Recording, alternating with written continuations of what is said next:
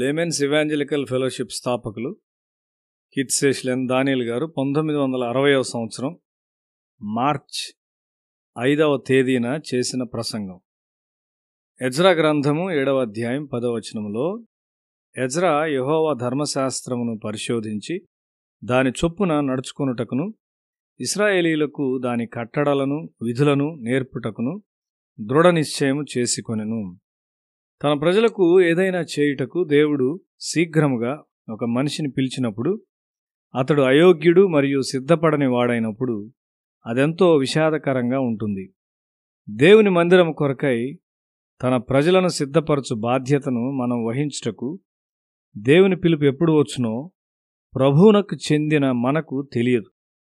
దేవునికి వ్యతిరేకముగా యూదులు పాపం చేసినప్పుడు వారు బబులోను బానిసత్వంలోనికి పంపబడ్డారు. అయితే మీ కొరకు నేను బబులోనును సిద్ధపరచి ఆ ప్రజలు మీ పట్ల దయ కలిగి ఉండునట్లు చేయుదును అని దేవుడు చెప్పాడు. దేవుని శిక్షలు ఎంతో దయాపూర్వకమైనవి.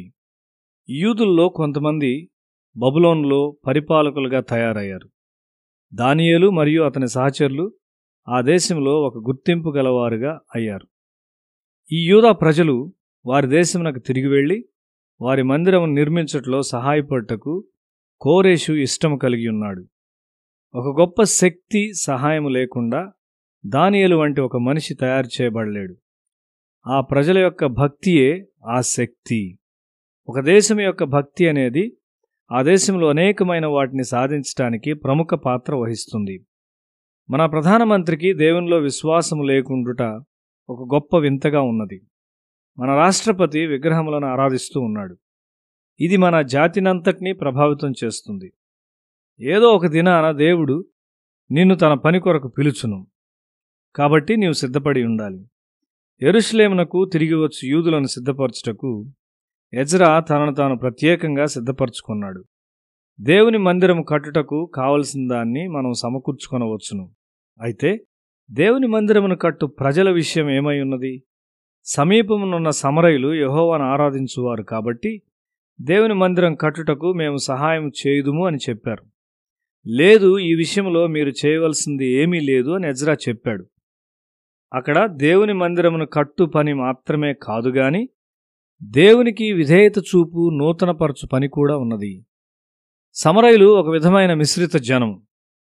అనేక మంది ఇతర జాతీయులు సమరయులోనికి వచ్చి స్థిరపడి ఉన్నారు. సమరయులు విగ్రహారాధికులతో వివాహ సంబంధములు కలిగి ఉన్నారు. లేదు, దేవుని మందిరమును మేమే కడతాము అని ఎజ్రా చెప్పాడు. దేవుడు ఈ సహవాసమునకు నిర్మాణకుడై ఉన్నాడు. మనం ఎట్లు కట్టుచున్నామో జాగ్రత్త కలిగి ఉందము. దేవునితో మనం సరిగా ఉన్నామా? మన హృదయాల్లో విగ్రహాలున్నాయా? ఈ పనికి ఒక పరిశుద్ధ జీవితమును నీవు కలుపుచున్నావా?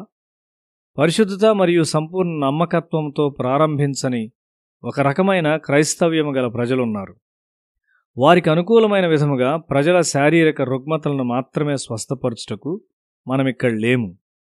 మా ఐక్య ప్రార్థనా సమయాలకు మేము మిమ్మల్ని ఆహ్వానిస్తాము గాని మీ హృదయాలు దేవునితో సరిగా ఉండునట్లు తప్పక మీరు చూసుకోవాలి. దేవుని ఆజ్ఞలకు మరియు కట్టడలకు విధేయుడై వాటిని ఇశ్రాయేలీయులకు బోధించుటకు ఎజ్రా తన హృదయాన్ని సిద్ధపరచుకున్నాడు. ఒక పరిశుద్ధ జీవితము మరియు విశ్వాసము గల ఒక ఆరోగ్యకరమైన ఆత్మీయ జీవితము నీలో వృద్ధి చెందాలని దేవుడు కోరుచున్నాడు.